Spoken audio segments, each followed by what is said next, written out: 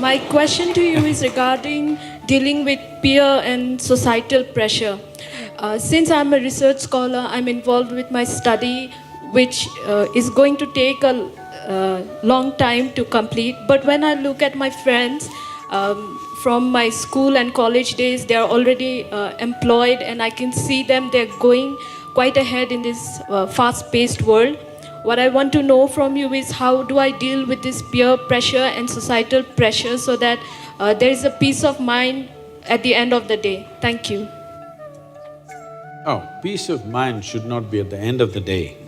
It should be at the beginning of the day. Hello?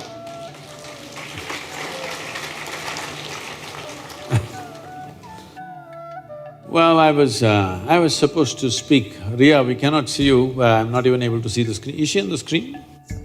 No. I was to speak in Tel Aviv. I flew out of Atlanta in the United States. I'm supposed to land there mid-afternoon and speak at 6:30 in the evening. Due to some delays in flight, I ended up there at 6 in the evening. I landed at 6:30 is my talk. I have a problem because in this 36 years, I have not been late to a single event yet. So today I don't want to lose my reputation, so I quickly change in the airport and rushing. I'm traveling an American airline, so there is nothing edible on the plane. So I'm super hungry, famished. But there's no time to even grab something, so I just rushed.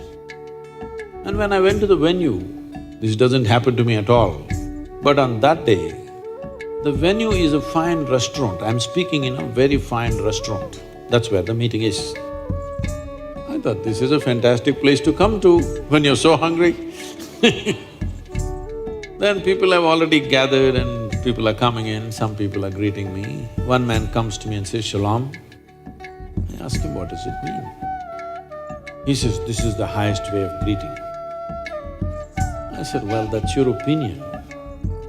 What does it mean?" He said, "No, this is really the highest way of greeting." All right, what does the word mean? He said, "It means peace." I said, why is peace the highest way of greeting unless you're born in Middle East? In South India, if you come up in the morning and say, "Peace," I'll say, "What's wrong with you today?" True with Northeast also, isn't it? Somebody comes and says, "Peace." Say, "Are you nut? Nutcase or something, what's the matter with you?" But in Middle East, peace is the highest level of greeting because all the time people have been clashing for so long, they have forgotten what is peace. Somebody has to come and greet you, peace. So, peace is not at the end of the day. It should be at the very beginning of the day because can you enjoy your breakfast in the morning? If you're not peaceful, you need not be ecstatic, at least you must be peaceful to enjoy the breakfast, isn't it? Can you enjoy a walk along the street if you're not peaceful? Hello? Can you enjoy the company of a few people that you know in your life if you're not even peaceful? You may not be in love with them, but at least if you're peaceful, you enjoy somebody's company, isn't it? So peace is not the final thing in your life. Those people who think peace is the highest value, such people will only rest in peace.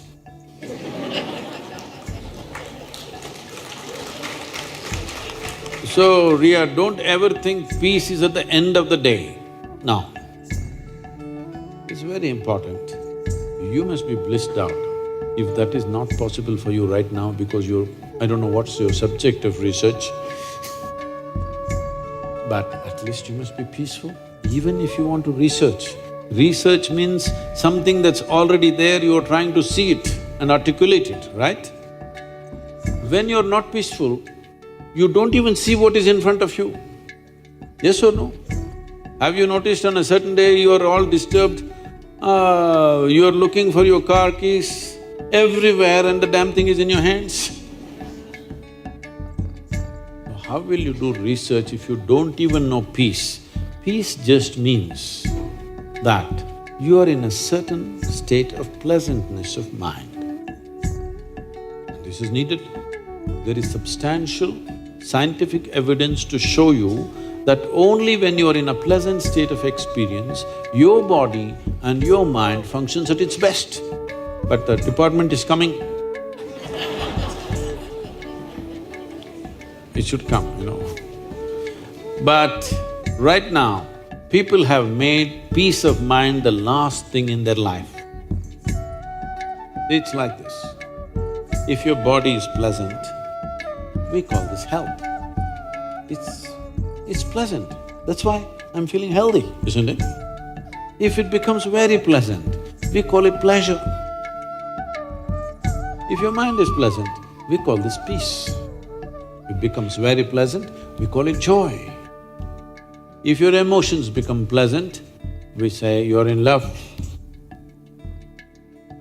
If it becomes very pleasant, we say you're in compassion. If your very life energies become pleasant, we say you're in bliss. If it becomes very pleasant, we say you're in ecstasy. If your surroundings become pleasant, this means success. Only for making surroundings pleasant, you need the cooperation of other people. But body pleasant, mind pleasant, emotion pleasant, energy pleasant is 100% your business, yes or no? Now your friends are doing whatever they're doing in cities or wherever else they are. But for you, one thing has happened, you're in the refuge or the comfort of a university, surrounding is already pleasant. It's a big thing. Creating a pleasant surrounding. Why do you think people want to build their own house and populate it with people who love them? They want a pleasant surrounding, isn't it so? Hello? You don't want to live with somebody who hates you. Nothing wrong with that person, it's just that it's not pleasant for you, isn't it? You want somebody who loves you, who wants somebody who is pleasant around you, and you want an atmosphere that's pleasant around you. To do this, they work for a whole lifetime. Here, the university is providing you a pleasant surrounding, and you already said your research is going to take a long time, which is not good. You must finish it as quickly as possible. But keeping your body, mind, emotion and energies pleasant is 100% your business. Only if you do that, your research could become some kind of a worthwhile phenomena. Otherwise, somebody who cannot even harness peacefulness in their mind, what great things will they do? If you cannot manage your mind, what big things are you going to do in your life, I'm asking? When you cannot manage your mind, can you manage the world? Please, all the students, you must understand, peace is not at the end of your life. It must be the beginning of your life. It's a most fundamental requirement, isn't it? If you want to do anything sensible, even if you're not blissed out, at least you must be peaceful. Less than that is bad.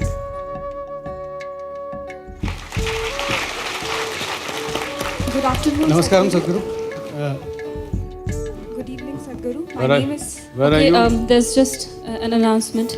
My name is… This will be the last question. We're so sorry, we are running out of time. So this one will be the last question. Namaskaram. Good evening, Sadhguru. My name is Nit. Okay, the last two questions. Yes, please, yourself. Please go ahead with your question. My question for you today is, as you just said that… Can you hold the microphone like this? Yes. You know, like this, you've seen Lady Gaga? Like that, yeah. So, you just said that we humans should use our organs wisely so that they last us for a lifetime. But on the other hand, we are seeing that today's youth are more inclined towards drinking, weed and smoking. So how do you think should we raise the consciousness towards them, or how can an individual like me can help at least one or two to realize that these things are not good for health? One or two, make up your mind, huh? Two, sir.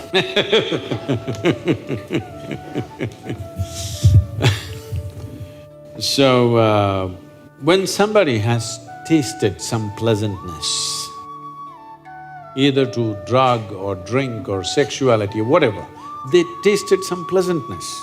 If there was no pleasantness, they wouldn't have gone that way. But the pleasantness may suck them into destroying their body, that's another matter. But the pleasantness is such that even in spite of the threat, cigarette smoking is going, injurious to you and you show some cancerous mouth, all this, but still people are smoking because there is a pleasantness attached to it, whatever the consequence may be. If you want to get people out of that pleasantness, if you try this forcefully, well, it's not worked. What's the point doing something forcefully? Or first of all, what's the point doing something that doesn't work? You must offer them a pleasantness which is beyond that. You're a bit too far away, but Ria, look at my eyes and see, don't I look stoned? No, just look at me properly. I'm always stoned. I'm always stoned, never touched a substance. I'm asking you, is it true that this body is the most sophisticated and complex chemical factory on the planet? If you were a good CEO, would you manufacture what you want? When somebody gives you such a complex machinery, would you not manufacture what you want? Right now, you are busy manufacturing unpleasantness. You may call it stress, you may call it anxiety. Essentially, you're chemically screwed up. Yes or no? Because you don't know how to manage this. If you manage this well, you will produce that kind of pleasantness within you, you wouldn't want to touch anything else because this life is… Just being alive is such a fantastic thing. But unfortunately, did we teach our youth any other way to know pleasantness? We did not teach, so they are puss. It's time. This is what consciousness means, that if you become conscious how this functions, naturally you will create highest level of pleasantness for yourself, isn't it? If you could sit here and be absolutely blissed out, would you smoke? I'm asking you. Would you? You wouldn't smoke, drink or pop anything because there is more chemistry here than you can get in any of those things. Is there or no? There is more complexity of chemistry here or no? Question is only, have you explored this possibility? That's the only thing. Unfortunately, we have taken to Western ways, whether it comes to health or pleasure, both ways we pop. We pop something to be healthy chemicals, to be peaceful chemicals, to be joyful chemicals, to any experience chemicals, even to grow food chemicals, to filter water, purify water chemicals. Something that kills all the insects and worms and germs and whatever, you think it's not killing you in some way? Maybe slowly the dose is not enough, that's all. Hello? The dosage is not enough. For the small creature, small dose, big creature, big dose, isn't it? So for everything chemicals. So this is something, this is a responsibility that's sitting on our heads right now, disease. The way the world is going right now, I estimate, unless we do something drastic in the next 10-15 years' time, I estimate in another 50 to 75 years' time, almost 90 to 95% of the humanity will be on chemicals for everything. To be healthy, to be peaceful, to be joyful. Already consumption of this has gone up 10,000% in the last 25 years. Yes or no? Hello, has it not gone up 100 times? Because other things that people promised elsewhere are all collapsing.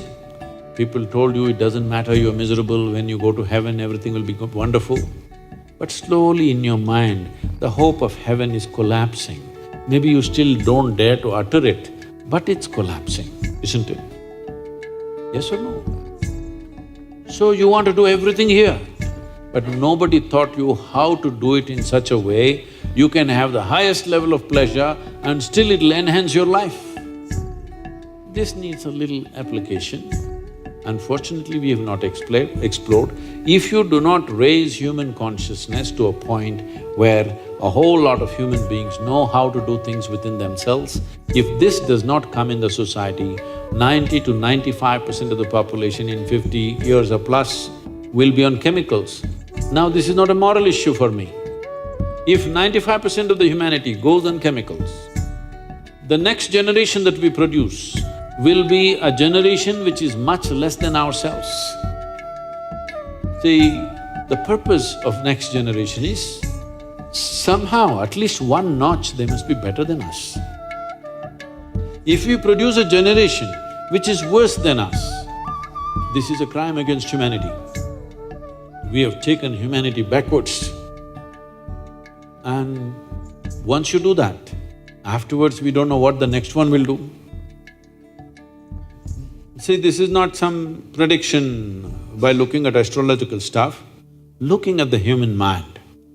When all these machines come, when this chemical usage goes out of control, you should not be surprised in another 60 to 75 years' time, if a huge percentage of population is committing suicide. You should not be surprised at all, because a human being doesn't need just pleasure, he needs a purpose. But one thing that happens to you with chemical usage is, you lose a sense of purpose, your pleasure, but no purpose. So there are various kinds of pleasures. There are intellectual pleasures, there are physical pleasures, there are other dimensions of pleasures, there are emotional pleasures, the pleasure of activity. Climbing a mountain can be a great pleasure, though there is a lot of pain in the body, yes or no? So if we do not explore other dimensions, everybody will fall back on chemicals.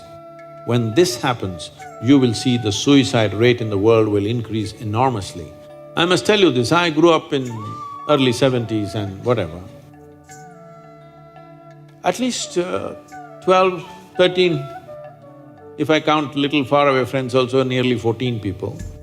All my age, we were all like, on motorcycles and trekking and doing crazy things in the mountains, all kinds. But a whole lot of them, at least 60% of them at that time went on drugs and alcohol. A few of us stayed out of it, but rest went on it heavily. We were all together, but they were all half the day they were sozzled out. You have to find a time to wake them up. But we were together. At least 14 of them died before they reached 35. Either drugged out, or they killed themselves with excessive drinking, or they died on the motorcycles, riding crazy on intoxicated conditions. 14 of my friends died before they reached 35. That number is going to increase phenomenally if we go in this direction. This is a backward step in life. It's not a question of morality, it is a fundamental thing about life itself. So whether it's in agriculture, or purification of water, or daily consumption of prescription medication, this is rising like crazy, this is not good. And these kind of what do you call them, recreational drugs. If the chemical consumption increases, humanity will take a backward step. We should not let that happen. For this, the only and only solution is, we must create a conscious human being. Raising human consciousness is the most important thing. For this, the important thing is to move everybody from belief systems to responsibility, because we have managed humanity with carrot and stick. See, if you do all this thing, if you drink alcohol here, we'll put you in hell and torture you forever. So that man stayed away from drink. And we told you, don't worry, in heaven, rivers flow with wine. We have managed humanity like this for a long time. See, all of you are laughing, but the previous generations genuinely believed it, isn't it? Yes or no? So now heavens have collapsed in people's minds, they are trying to do their own little heaven here. You cannot stop them unless you provide a credible alternative. Thank you very much. Thank you very much, Sadhguru. Hello, Sadhguru. Just You also. This will be the last question. Sadhguru, on one occasion you mentioned that there is no purpose to life and that life in itself is a phenomena beyond any purpose. Sadhguru, my question is, if there is no purpose to life and if the eventual destination of every life is death, then why do we need to live consciously? And plus, Sadhguru, you carry a magic of your own. I have been smiling for the last 4 hours. I have never done this before in my life. You're a young man and you never smiled for 4 hours? What happened? Are you also in love with the same girl?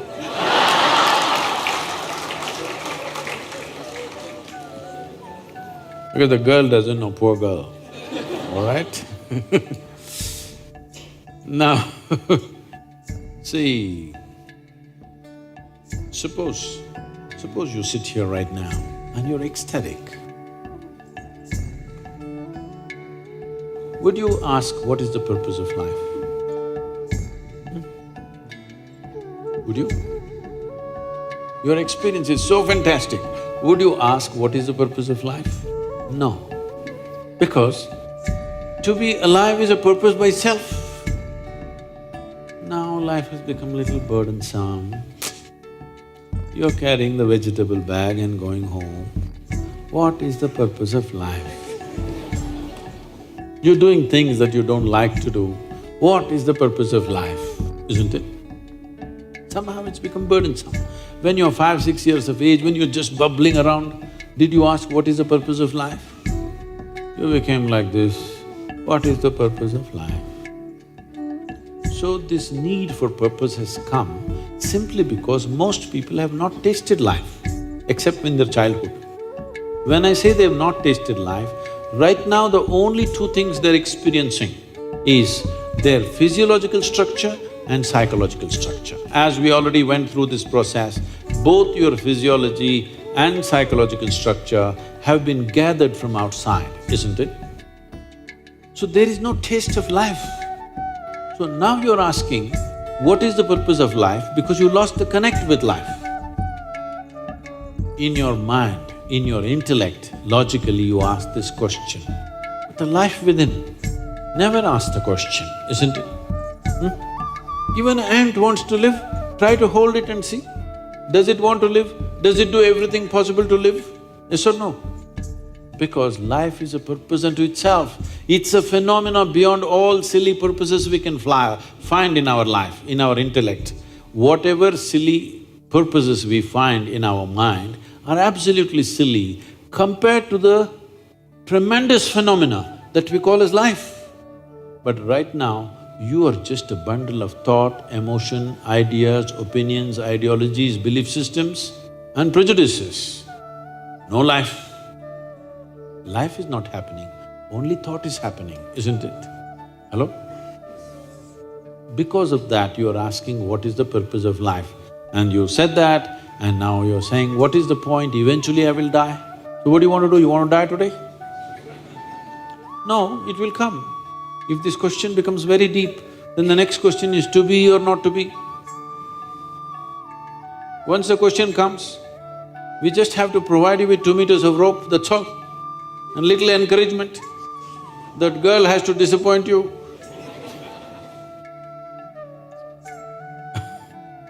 See, today you lost all your money, let's say. Then you say, what is the purpose of life? I want to die, no money, what to do? Check with your life. Close your mouth, hold your nose like this and see. The life within says, to hell with your money, man, I want to live. Yes or no?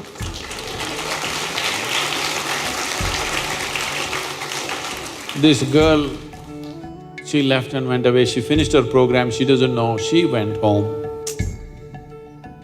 My love, gone. What is the point of living? I want to die. Just hold. Just to hell with her, let's live.